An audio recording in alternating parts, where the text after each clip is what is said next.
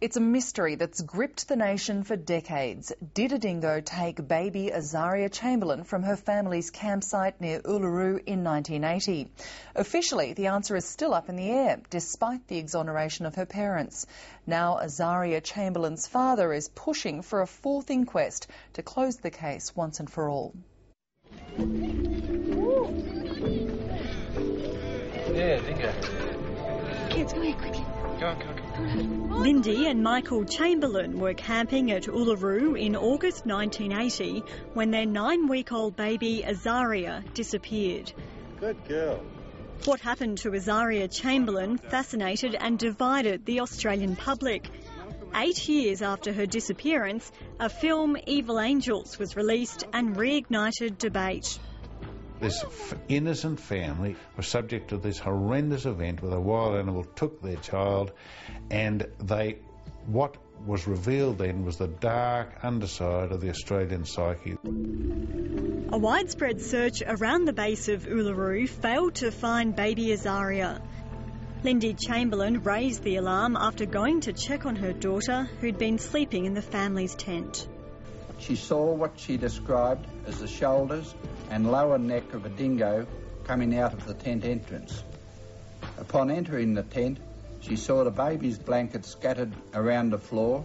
When we saw the spots of blood in the tent, as we looked, we realised it must have been a very quick event. An inquest the following year exonerated Michael and Lindy Chamberlain.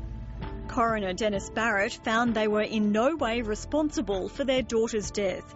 He found a dingo had killed Azaria and that an unknown person had disposed of her body. I find that the dingo's possession of Azaria was interrupted by human intervention on the night of the 17th of August 1980. I am satisfied that at the time of such intervention, Azaria would have been dead. Michael, why do you think people were so quick not to accept that a dingo in fact took the baby? Because it's perhaps a first for Australia. Documented. How do you feel about the standard of police forensic work in the case? I wouldn't comment on that. Constable Fogarty had only been working in the examination section of the forensic science section for 3 months, which I find surprising. I agree with Mr McNay that supervision within the section must be negligent in the extreme.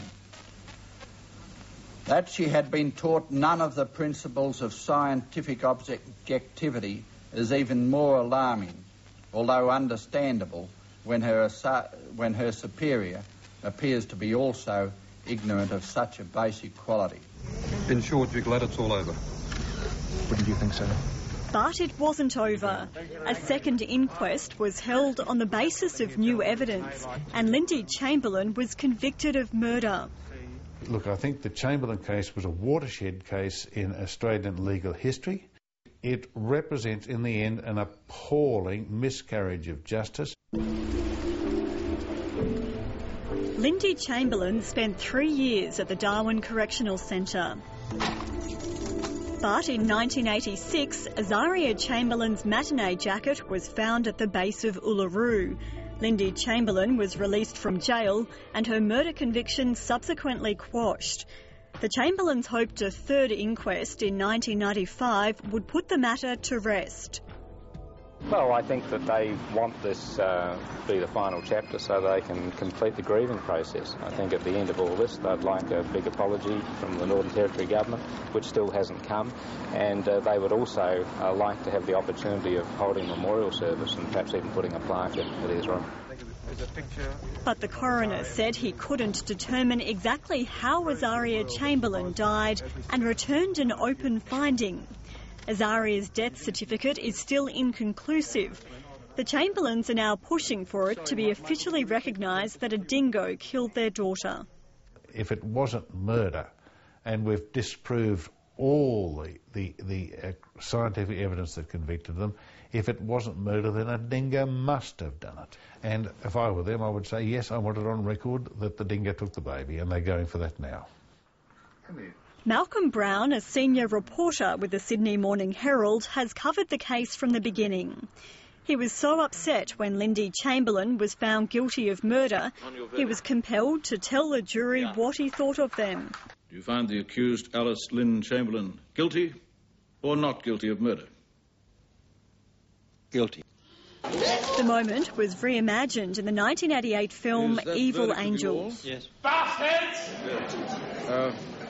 I did not believe that the Chamberlains were guilty or could be found guilty on the evidence. You saw a family being torn apart over something which I was quite persuaded they hadn't done. Malcolm Brown says he believes the first coroner, Dennis Barrett, got it right. The dingo killed Azaria Chamberlain. You have not only suffered the loss of your beloved child in the most tragic circumstances, but you have all been subjected to months of innuendo, suspicion, and probably the most malicious gossip ever witnessed in this country. How far away were you when you saw the dingo come out? There. To mark the 30th anniversary of Azaria's disappearance, A Current Affair took Lindy Chamberlain back to the place where it all began, Uluru. Lindy Chamberlain used the occasion to ask the Northern Territory government to review Azaria's death certificate. This week, her ex-husband, Michael Chamberlain, went a step further, calling for a fourth inquest on the basis of new evidence of dingo attacks elsewhere in Australia. I'm finding I'm not getting over it, and there's a good reason why I'm not getting over it, because in my book, justice has still not been done. I find that the name Azaria does not mean and never has meant sacrifice in the wilderness. I find that after her death, the body of Azaria was taken from the possession of a dingo and disposed of by a person or persons name unknown. Looking back on it, it didn't matter what I did. If I laughed, I was callous. If I cried, I was acting, and anywhere in between was just a show anyway.